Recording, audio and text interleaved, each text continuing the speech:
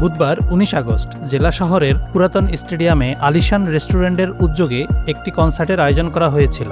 কনসার্টে গান গাওয়ার কথা ছিল এসএস ব্যান্ড ও নোবেলের, কিন্তু এ কনসার্ট নিয়ে আপত্তি তোলেন কিশোরগঞ্জের ইমাম ওলামা পরিষদ। তাদের আপত্তির মুখেই বন্ধ হয়ে গেল কনসার্টটি। গত ১৭ আগস্ট এই কনসার্ট আয়োজনের ঘোষণার পর ১৮ আগস্ট অনুষ্ঠান বন্ধের জন্য ইমাম ওলামা পরিষদ কিশোরগঞ্জ সদর উপজেলা শাখার পক্ষ থেকে একটি আবেদন করা হয় জেলা প্রশাসক বরাবর। আবেদনটি করেন কিশোরগঞ্জ ইমাম ওলামা পরিষদের সভাপতি মাওলানা আহমদুল্লাহ।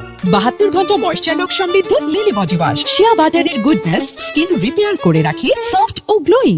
অভিযোগে বলা হয়, কিশোরগঞ্জ পুরাতন স্টেডিয়ামে শরীয়ত বিরোধী গান বাজনার অনুষ্ঠান হতে যাচ্ছে। প্রকাশ্যে এই ধরনের অনুষ্ঠান আল্লাহ তাআলার আযাব আসার কারণ।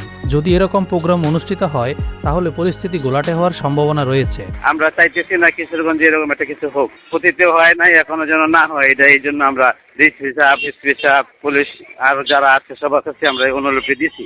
আজ দুপুরে পুরাতন স্টেডিয়ামে গিয়ে দেখা যায় কনসার্টের মঞ্চের মালামাল গুছিয়ে ট্রাকে ভরে নিয়ে যাচ্ছে আয়োজকদের লোকজন।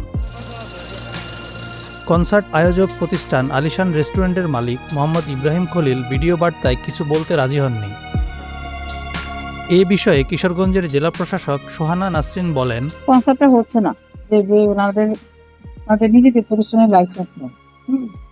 আগে নিজের লাইসেন্স ঠিক করুক, আমাদের কাছে ঠিক মতো আবেদন করে সে নিজেরটা ঠিকঠাক করুক, তারপর তো সে চাইতে পারে। নিজে এখনো ঠিক নেই। ৭২ ঘন্টা ময়েশ্চার লোক সমৃদ্ধ লিলি বডি ওয়াশ, শিয়া বাটারের গুডনেস স্কিন রিপেয়ার করে রাখে সফট ও গ্লোয়িং।